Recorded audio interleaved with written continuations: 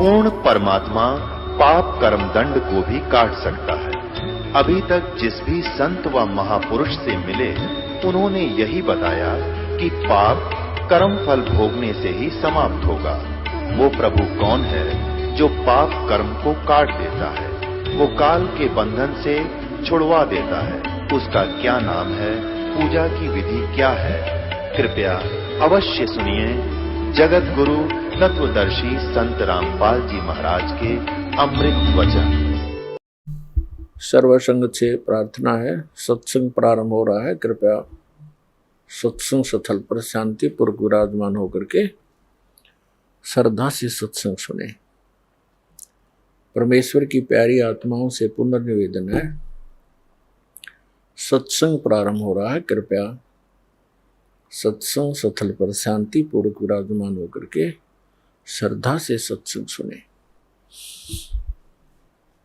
सतगुरुदेव की जय। बंदी छोड़ कबीर परमेश्वर जी की जय। बंदी छोड़ गरीबदास जी महाराज जी की जय। स्वामी राम देवानंद जी गुरु महाराज जी की जय हो।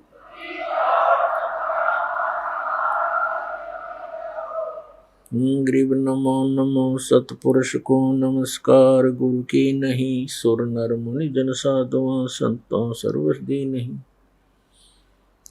सतगुरु साहेब संत सब डंडो तुम प्रणाम। आगे पीछे मद हुए तिनको जहाँ कुर्बान। नराकार निर्विषम काल जाल भयव्यंजनम निर्लेपम निज निर्गुणम। अकल अनुपवेशुंदुनम सोहम सुरति समाप्तम सकल समाना निर्तल। उज्ज्वल हिरंबर हरदमम बेपरवा अथाह वार पार नहीं मध्यतम। गरीब जो सुमर सिद्ध होई गणनायक गलता ना। करो अनुग्रह सोई पारस पद परवाना। आदि गणेश मनाऊं गणनायक देवन देवा। चरण कमल लो लाऊं आदंत करूं सेवा। परम शक्ति संगीतम रिद्धि सिद्धि दाता सोई। अवगत गुण अतीतम सत पुरुष निर्मोही। जगदम्बा जगदीशम मंगल रूप मुरारी। तन मन अर्पों शीसम भक्ति मुक्ति भंडारी। सुर नर मुनि जन ध्यावे ब्रह्मा विष्णु महेशा। शेष सहस मुख गावे पूज्य आदि गणेशा। इंद्र कुबेर सरीखा वरुण धर्म राय ध्यावे। समर्थ जीवन जी का मन इच्छा फल पावे। 33 कोटि अधारा ध्यावे सहस 88। उतरे बहुजल पारा कट है यम की फांसी। 33 कोटि अधारा ध्यावे सहस 88। उतरे बहुजल पारा कट है यम की फांसी। कर जोड़ूं विनती करूं धरूं चरण पर शीश। गुरु जी राम देवानंद जी महाराज ने दियो नाम बख्शीश। कोटि कोटि सिजदा करूं कोटि कोटि प्रणाम। चरण कमल में राखियो मैं बांधी जा मैं गुलाम। कुत्ता हूँ गुरुदेव का रामपाल दास का नाम। गले प्रेम की जेवड़ी जाखे चोभा जाऊं। तो करो तो बावड़ो दूर दूर करो तो जाऊं। जो रखो तो ही रहूं जो देवो सो खाऊं।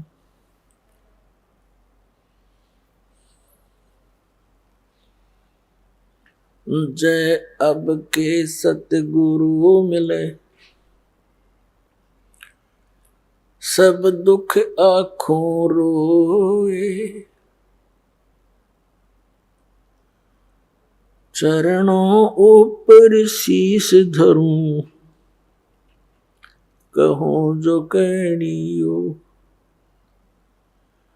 कबीर साईं मिलेंगे, पूछेंगे कुशलात, आदि अंत की सब कहूं, अपने दिल की बात। गुरु जी तुम ना भूलियो, चाहे लाख लोग मिल जाएं, हम जैसे तुमको बहुत हैं, तुमसे हमको नहीं। तुमरे विसारे क्या बने, मैं किसकी शरण में जाऊं। शिव विरंच मुनि नारद, तिनके हृदय न समाऊं।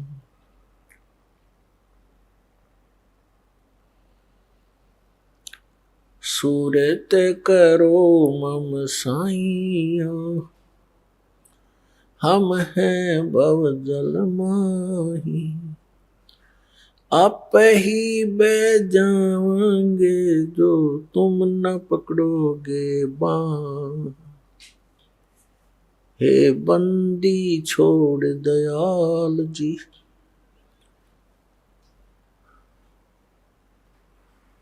तुम तक हमारी दौड़े। जैसे काग जहाज का, अब सोहजत और न ठोरे।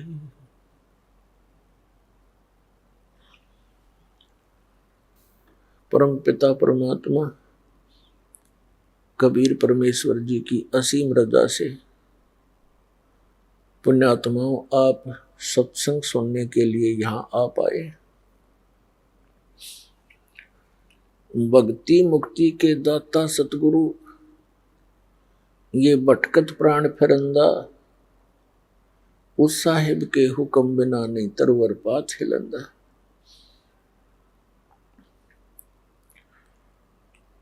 पुण्यात्माओं, इस काल के इंद्रजाल को परमात्मा ने आके स्वयं बताना पड़ा, क्योंकि इस काल भगवान ने यहां पर बहुत अज्ञान फैला दिया और दुनिया भर के ये नकली संत तैयार कर दिए, जो केवल लोक वेद सुनाते हैं, उनका कोई सदग्रंथ आधार नहीं रहता। जिस कारण से ये प्राणी इन कष्टों को झेलना, जन्म और मृत्यु का ये कष्ट उठाना, इसको एक परंपरा मान चुका है और इसी में संतुष्ट हो चुका है। अधिकतर संतों का भी यही अपना विधान है कि जन्म मृत्यु ये तो होती ही रहेगी। परमेश्वर ने स्वयं आकर हमें जानकारी दी,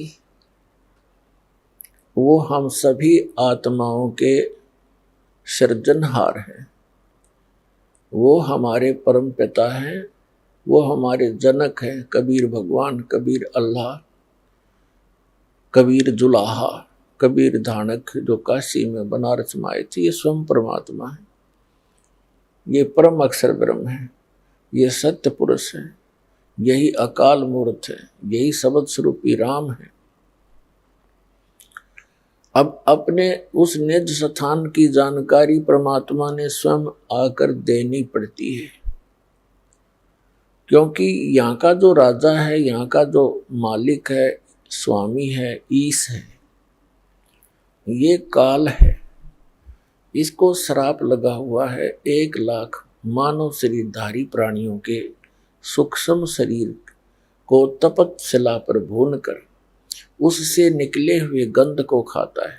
जीव मरता नहीं, लेकिन वहाँ पीड़ा बहुत होती है जब इसको तपतशिला पर डाला जाता है। तपतशिला एक बहुत बड़ी तई समझ लो, तई।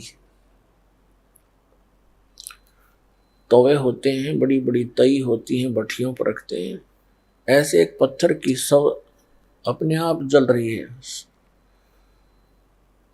और उसमें इतनी हीट है, इस प्राणी को वहां डाला जाता है सूक्ष्म शरीर में, तो ये बहुत बुरी तरह तड़पता है। इस प्राणी ने इस स्थूल शरीर के माध्यम से आजीवन जितने भी विकार किए हैं, जैसे भी दुर्व्यसन किए हैं, चटपटे आहार किए हैं, भोजन फल फ्रूट खाए हैं, इनका एक अंश सूक्ष्म शरीर के ऊपर लिप्त हो जाता है। अब आप देखते हो प्रत्येक प्राणी कोई ना कोई विकार कर ही रहा है। कोई सिगरेट पीता है, कोई भांग पीता है, कोई शराब पीता है। चटपटे आहार करना इस मन का एक स्वभाव है। ये मन उस काल का एजेंट है। निराकार समझो, वो काल जो है, उसी काल तो साकार है, उसी की ये एक, इस काल को समझ लो, मन को भी काल ही समझो। और ये वो सब क्रियाएं कराता है जो जिनकी इसको आवश्यकता है। और साथ में इसका एक और उद्देश्य रहता है कि ये ऐसे कर्म ना कर ले ये प्राणी जिससे इसको पुनः मनुष्य जीवन शीघ्र मिल जाए। काल को भय बना रहता है कि जब इस प्राणी को मनुष्य शरीर होता है तो उस समय ही कोई ऊपर से शक्ति आती है, परमात्मा की भेजी हुई, और वो यहाँ सबको ज्ञान देता है। मनुष्य जीवन में होंगे तो ये ज्ञान ग्रहण कर सकेंगे, अन्य पशु पक्षियों की योनि में होंगे तो ये भटकते रहेंगे। फिर मानव शरीर प्राप्त प्राणियों को ये इतना भ्रमित करवा देता है कि जब वो समय आता है उस परमात्मा के यहाँ प्रकट होने का, या अपना कोई दास भेजता है अपना रिप्रेजेंटेटिव बना के, उस समय तक ये काल प्रत्येक मानव को अज्ञान से आंट देता है और बकवादों से भर देता है, बुराइयों के इतने आदी बना देता है कि जिस समय परमात्मा का ये समय आता है, मोक्ष टाइम जिसे कहते हैं, मोक्ष समय, तो उस समय तक ये ऐसा कंडम कर देता है इस मानव को, प्राणी को। या तो ये भक्ति चाहता नहीं, अन्य बकवादों में लगा रहता है, राजनीति में बड़ी पोस्ट प्राप्त करने के लिए स्टडी में, और फिर सारा जीवन जोड़ के एक कोठी और करके 10-20 लाख रुपए बैंक में आप मर जाता है। आप गधा बना फिरता है और बैंक के बैलेंस ने पता नहीं कौन बरतता है। तो ये चाहता है कि कोई भी प्राणी उस समय भक्ति योग्य ना रहे। अब जो पुण्यात्माएं पिछले जन्म जन्मांतर से परमात्मा की भक्ति करते आ रहे हैं और उनको मनुष्य जीवन भी मिलता आ रहा है, कुछ एक ऐसे नियम हैं, कुछ ऐसी परमात्मा की भक्ति के कुछ अंक होते हैं, उनके कारण एक मानव को 10, 20, 50, 100 भी कंटिन्यूस मनुष्य जीवन मिल सकते हैं। और उन मानव शरीर के अंदर यदि परम संत मिले नहीं तो कोई आंट नहीं सकता। पृथ्वी रोज सूर्य उदय हो रहा है, अस्त हो रहा है, और उदय हो रहा है, अस्त हो रहा है, अरबों वर्ष बीत के चलता रहेगा, फिर ठा होगा इसके। तो जब तक इसके पूर्व जन्म की संस्कार इसके साथ रहते हैं प्राणी का, तो इसकी बैटरी चार्ज होती है इन्वर्टर की, समझ लो, इस जीव के पुनों के कारण ये भक्ति युक्त रहता है। वो भक्ति संग्रहित होती है इसकी पूर्व जन्म जन्मांतर की, और फिर वो 2 जन्म उसके हो गए, 3 हो गए, 4 हो जाएंगे, 10 हो जाएंगे, 50 हो जाएंगे, और फिर उस मानव जन्म में कभी उसको कोई परम संत ना मिला, फिर से चार्जर लगा नहीं, तो फिर वो 84 लाख योनियों में चला जाएगा। तो वो पुण्यात्माएं जो मानव शरीर से तुरंत आए हैं, वो स्त्री हैं या पुरुष हैं, मेल हैं या फीमेल हैं, वो परमात्मा की भक्ति के बिना रह नहीं सकते। उनको परमात्मा की एक विशेष कसक बनी ही रहती है, जिसके कारण वो जैसा भी जिस परंपरा में, जिस भी मजहब धर्म में उसका जन्म होता है, अपनी परंपरागत उन क्रियाओं में भी वो शीघ्रता से लग जाता है।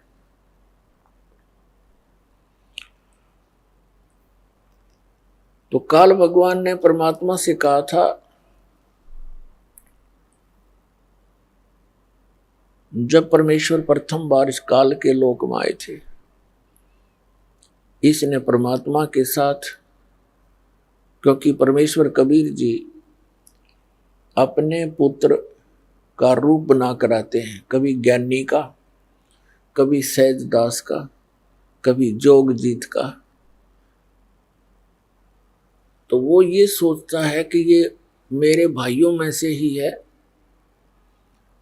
क्योंकि ये भी काल भी परमात्मा का ही पुत्र है। हम सभी उसी के बच्चे हैं, चाहे कोई चींटी है, हाथी है, शेर है, बगेरा है, गवेरा है, राजा है, रंक है, किसी भी मजहब धर्म में जन्मा है।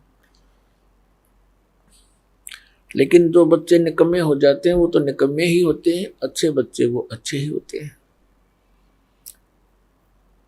फिर भी होती संतान ही है। तो इस काल ने परमात्मा को अपना बड़ा भाई जानकर उसके साथ विरोध किया कि तू यहां कैसे आ गया जोगजीत। उसको ये भी डर रहता है कि हो सकता है कोई परमात्मा का संदेश लेकर आया हो, कोई आदेश हो। कहा तो आदेश है परमपिता का, पहले मुझे वो सुना और फिर तुझे तेरी पिटाई करूंगा मैं, क्योंकि मैंने तेरे से वहां प्रार्थना की थी कि मुझे इस लोक सतलोक से निकालना मत। तूने मेरी एक नहीं सुनी थी, मुझे वहां से निकाल दिया था। अब तू मेरे लोक में कैसे आ गया? अब मैं तुझे गढ़ूंगा। तब परमात्मा अपने पुत्र जोगजीत के रूप में खड़े थे। इससे कहा कि सुन ले आदेश परमपिता का, मैं क्या उद्देश्य लेकर आया हूं। मैं नीचे तेरे संसार में जाऊंगा और परमात्मा की जानकारी कराऊंगा। तूने परमात्मा का नाम और निशान मिटा दिया, तू खुद भगवान बन बैठा नालायक, तने शर्म नहीं आती। इन भोली आत्माओं ने गलती की, तेरे ऊपर आसक्त होकर तेरे साथ आ गए, फिर ऐसी दुर्गति किया करते हैं। कोई गधा बना दिया, कोई गधी बना रखी, कोई कुत्ता, कोई सुअर, सुअरी गंद में लेट रहे हैं, क्या खा रहे हैं।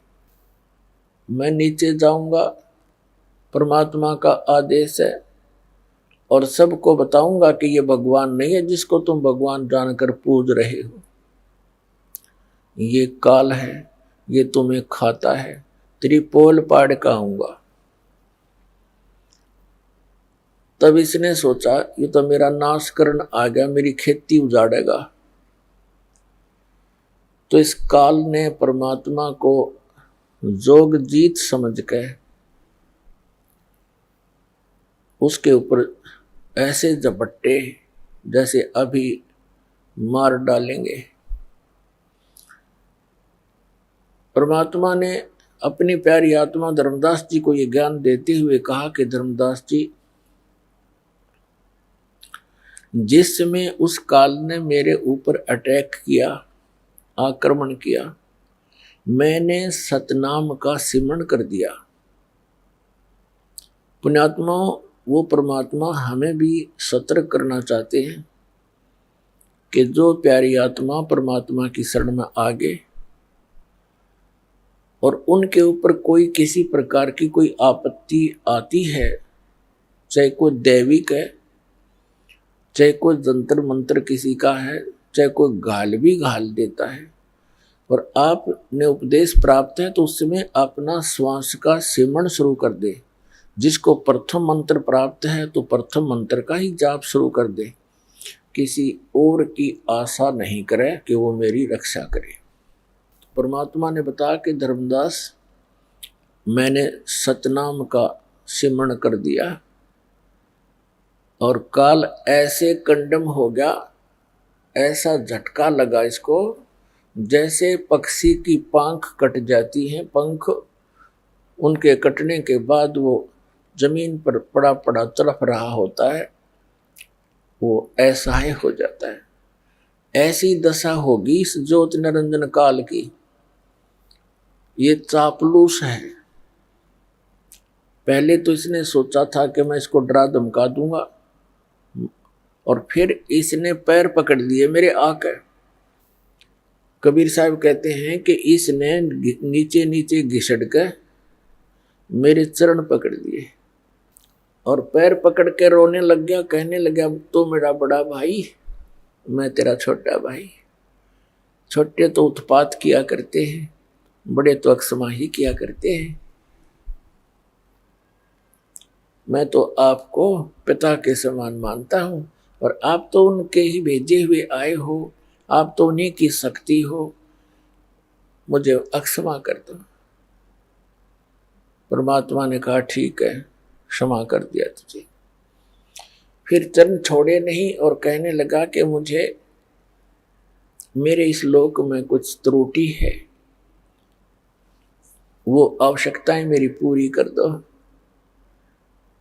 मैं आपका छोटा भाई हूं, आप तो समर्थ हैं। बहुत घनी चापलूसी करी इसने।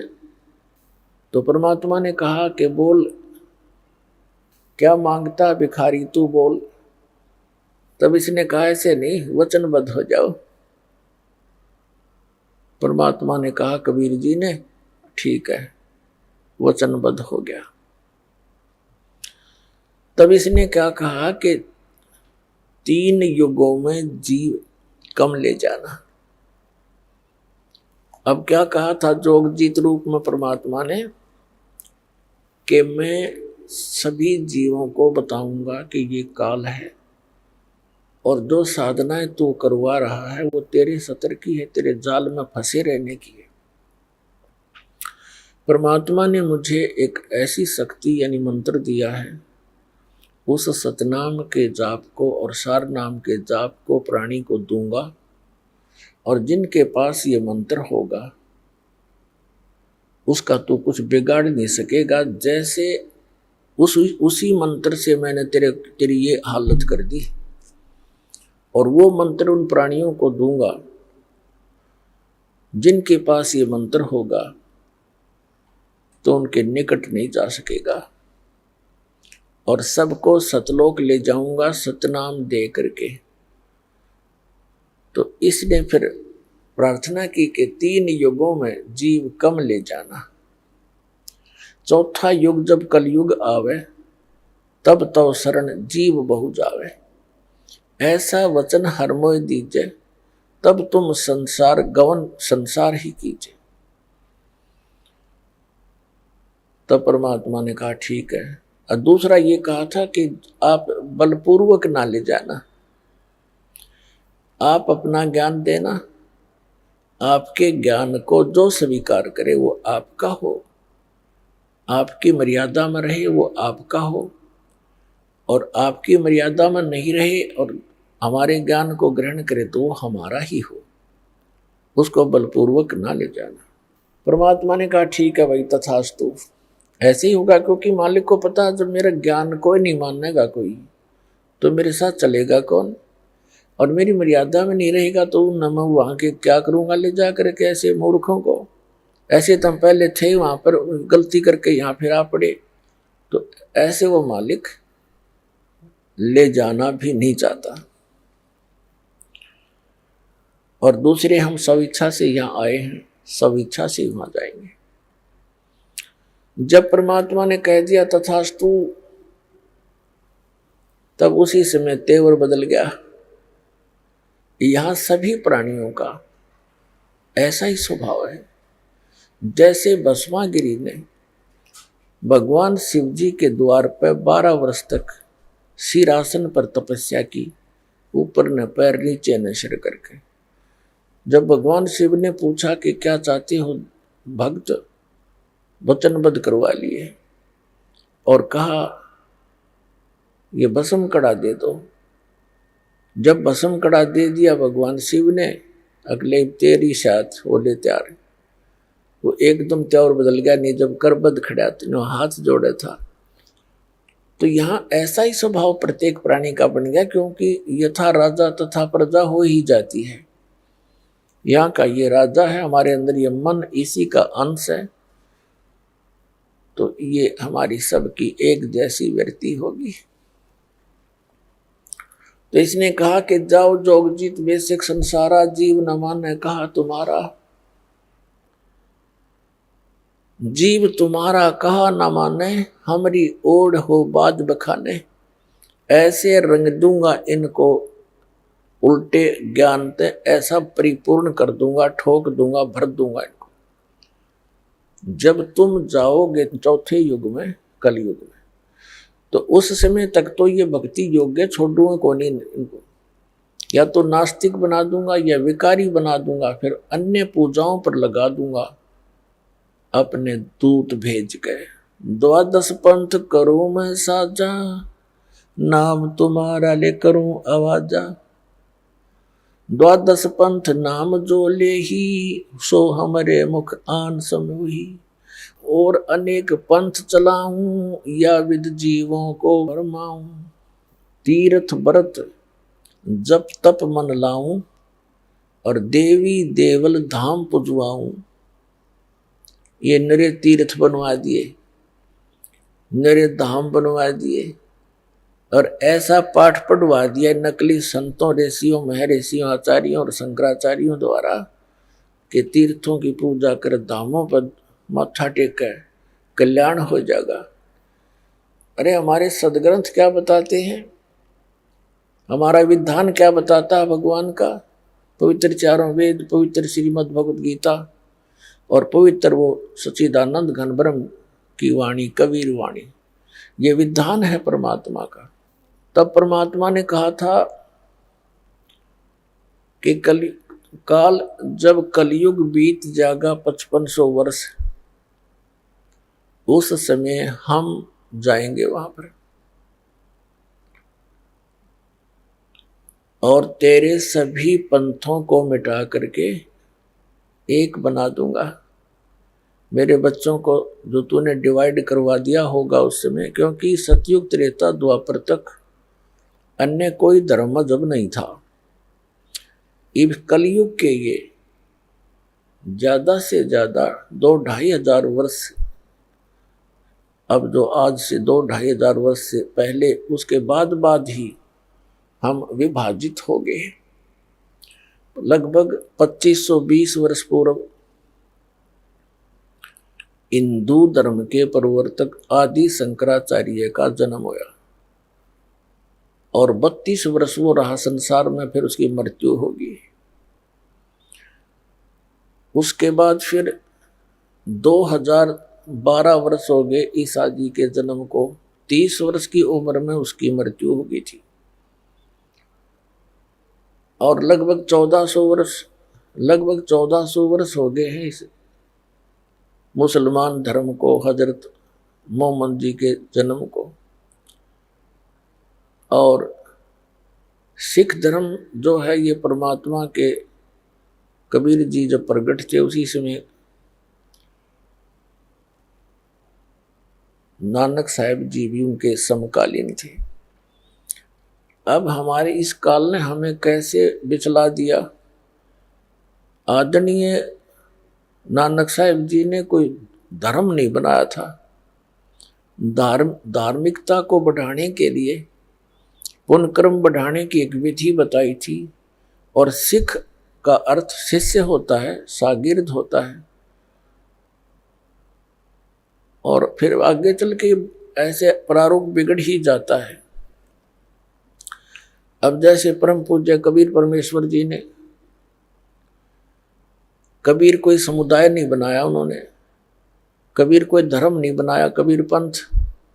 पंथ का अर्थ होता है वो मार्ग जो कबीर परमेश्वर जी ने दर्शन किया, मार्गदर्शन किया भक्ति के विषय में, अध्यात्म के विषय में। और जो साधनाएं उन्होंने प्रमाणित किया कि इन साधनाओं से मोक्ष होगा। यदि हम उन्हीं साधनाओं को कर रहे हैं और परमात्मा के बताए मार्ग पर चल रहे हैं तो हम कबीर पंथी हैं, यानी कबीर जी के द्वारा दिए गए उस मार्ग पर चल रहे हैं। और यदि हम उस मार्ग पर नहीं चल रहे हैं, वही साधना नहीं कर रहे हैं, उसी तरह हम अपनी क्रियाएं नहीं कर रहे हैं, तो हम बेसिक कबीर पंथी कहलाते हैं। हमारा पंथ कबीर जी वाला नहीं है, हम विपरीत मार्ग पर चल रहे हैं, कह रहे हैं कबीर पंथी। तो कहने का भाव यह है कि काल ने अभी करना था सारा काम, इसने कलम तोड़ रखी है। उसके बाद ये बना दिए कि इतने संत, ओहो, ये श्री शिवदयाल जी राधा स्वामी पंथ का प्रवर्तक। अब इनके बाद देखो एकदम कैसा तूफान आ गया, ना जाने कितनी ब्रांच होगी इसकी, 100-150 वर्ष के अंदर। और लगभग आधे भारतवर्ष को इन्होंने मिसगाइड कर दिया, जिसमें अधिकतर इफेक्ट किया है इसने हिंदू धर्म और सिख धर्म के ऊपर। ये नास्तिक बनाने जा रहे हैं प्राणियों को।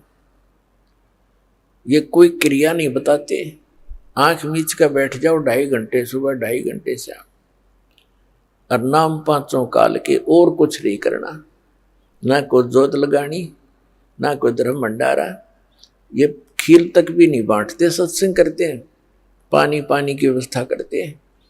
इन्हें तो भट्ठा बैठा दिया मनुष्य मानव जीवन का। हमारे घरों में ज्योति जला करती थी पहले देसी घी की, प्रत्येक के घर में, विशेषकर हमने, क्योंकि दास का जन्म पवित्र हिंदू धर्म में हुआ, तो प्रत्येक घर में ज्योति शाम के समय तो वैसे जलाया करते थे, चाहे जलावे 2 सेकंड के लिए। वो लात इसलिए करते थे, छोटी जल्दी हो जाती, समाप्त हो। लेकिन कुछ न कुछ क्रिया धार्मिकता का यथार्थ मार्ग था, वो भी न भट्ठा बैठवा दिया, बंद करवा दिए। अपने आत्माओं, ये धन धन सतगुरु सच्चा सौदा सिरसा वाले, जो कि तुम सेम प्रणाली समझ लो भाई। ये बालयोगेश्वर बोल रहे हैं, जो अमेरिका में रहता है, उसका एक भाई सतपाल जी है यहाँ भारतवर्ष में। इनका किसी का सिर पैर नहीं, सारे श्राद्ध निकालने हुए, भूत पूजा बताओ जो आम व्यक्ति कराया करता, जैसे हम पहले करते थे। एजिटी जी हैं ये, या साराम जी ने कख नहीं पता, मूर्ख बना रहा इतनी दुनिया ने। 6-7 नाम डाल देता है, सेलेक्ट कर ले जो तुम्हें अच्छा लगे। एक तो ये खुद देता है एक नाम, 100 हमको 2 हिस्से हम कर देता है, 100 बाहर हम भीतर, और बाकी 6-7 मंत्र बोल देता है कि इनमें से जो तुझे अच्छा लगे सेलेक्ट कर ले।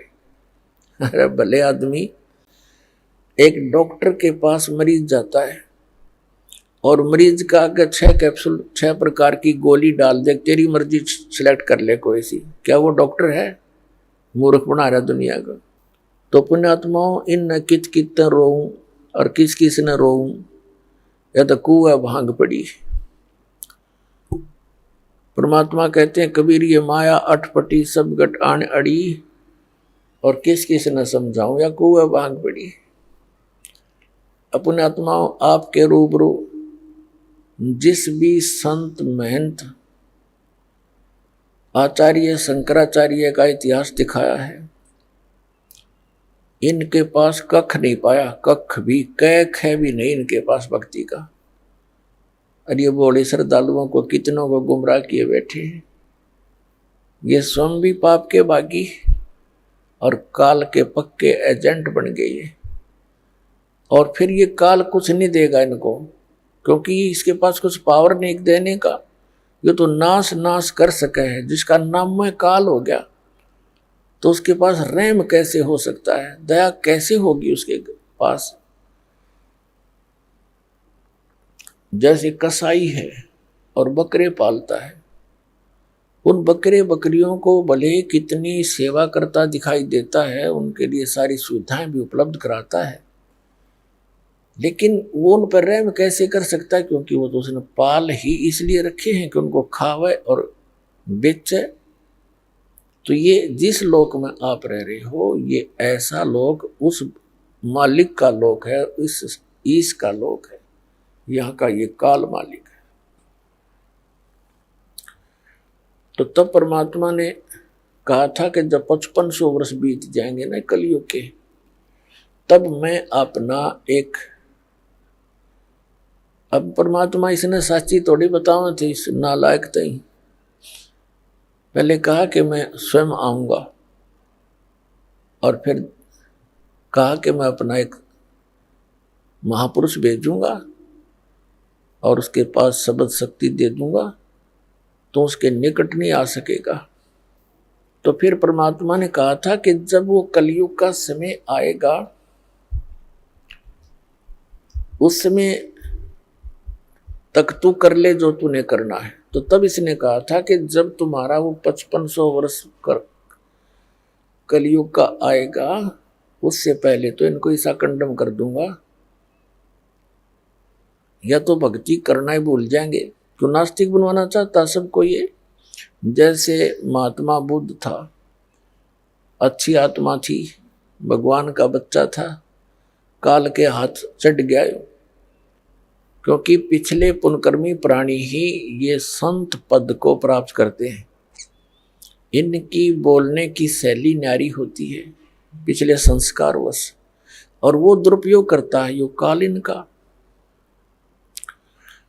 तो उनके बोलने की शैली अच्छी थी, कसक थी उनकी आवाज में, लाखों लोग अनुयायी हो गए। पूरा चीन महात्मा बुद्ध का अनुयायी बन गया। और महात्मा बुद्ध के द्वारा बताए गए भक्ति विधि से उनको कोई अध्यात्म लाभ नहीं हुआ। औपचारिक बातें तो आम आदमी भी जानता है, जब तक भगवान का साथ उसके नहीं होगा उसको, तो वो किसी चीज का भी पालन नहीं कर पाएगा, कुछ दिनों में सब भूल जाएगा। और परमात्मा साथ रहेगा तो उसको अभाव किसी वस्तु का होने ही नहीं देगा, जिससे वो गिरावट में आवेगा नहीं। तो यही हुआ कि भगवान से मिलने वाली राह बंद होगी। और जब महात्मा बुद्ध आए थे, उस समय सभी प्राणी अच्छी पुण्यात्मा होते थे। वो उनको संसारिक सुख उनके पूर्व जन्म के ही संस्कारों से मिलते रहते थे, और वो ये सोचते रहे कि महात्मा बुद्ध ने जो हमें क्रिया बताई है, इससे हम फलीभूत हो रहे हैं, जिस कारण से आगे चल के उनकी संतान इतनी पुण्ययुक्त नहीं। क्योंकि कलयुग में ऐसे ही घटती आ रही है सतर हमारे पुण्यों का। तो फिर उनको कुछ भी लाभ नहीं हुआ, तो उन्होंने त्याग दिया भक्ति को, और विधान बना दिया कि कोई भगवान नहीं है, ये सृष्टि अपने आप बनती और बिगड़ती रहती है। और काल यही चाहता है कि ये नास्तिक हो जाए, बिल्कुल भगवान की रुचि ना रहे, इस खासकर इस कलयुग में। पहले जिसने चिंता थी नहीं।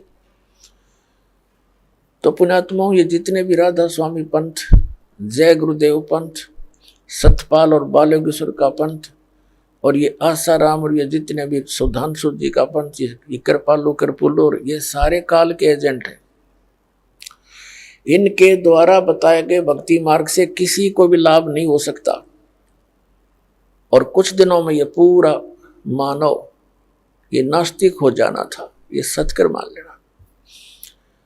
अब जैसे राधा स्वामी पंथ के प्राणी जो 30-30 वर्ष, 20-20 वर्ष, 10-10 वर्ष से वहाँ साधना किया करते थे और वहाँ उनको सुख होते थे और बताते थे, जो गुणगान करते थे, गुरुजी आज हमें ये लाभ हो गया, गुरुजी आज हमें ये लाभ हो गया। और ईब उनकी बिरानमटी होगी। इसी जैसे सुखिन राधा स्वामी धन धन सतगुरु सच्चा सौदा सिर साड़े आशा राम राणा नो है। ऐसा तो हम साला सर जाया करते, जब भी हुआ करता था। उस हनुमान की पूजा, पत्थर की मूर्ति पूजा करने जाते, तभी हमें महसूस होता था कि हमें ये सुख हो गया, हमें ये सुख हो गया। वो होता था हमारे पूर्व जन्म के पुण्यों से। और हम सोच रहे थे बाबा हनुमान जी ने दे दिया, बाबा हनुमान जी बता। अब वो तो आप भगत थे, एक भगत दूसरे भगत को क्या दे सकता है? और वो कभी नहीं कहा करते मेरी भक्ति करो, वो तो खुद भगवान की भक्ति करते थे, औरों को भी सलाह देते थे भक्ति करो भगवान की।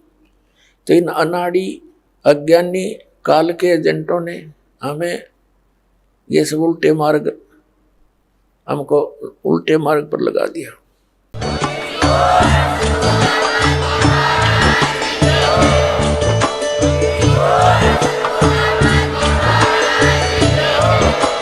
आप सुन रहे थे जगत गुरु तत्वदर्शी संत रामपाल जी महाराज जी के मंगल प्रवचन। अधिक जानकारी के लिए विजिट कीजिए हमारी वेबसाइट www.jagatgururampalji.org। संत रामपाल जी महाराज जी के शुभ आशीर्वाद से पूरे विश्व भर में 500 से भी ज्यादा नाम दीक्षा केंद्र हैं, जिन पर संत रामपाल जी महाराज जी द्वारा ऑनलाइन निशुल्क नाम दीक्षा दी जा रही है। अपने नजदीकी नाम दीक्षा केंद्र का पता करने के लिए संपर्क करें 8222880541।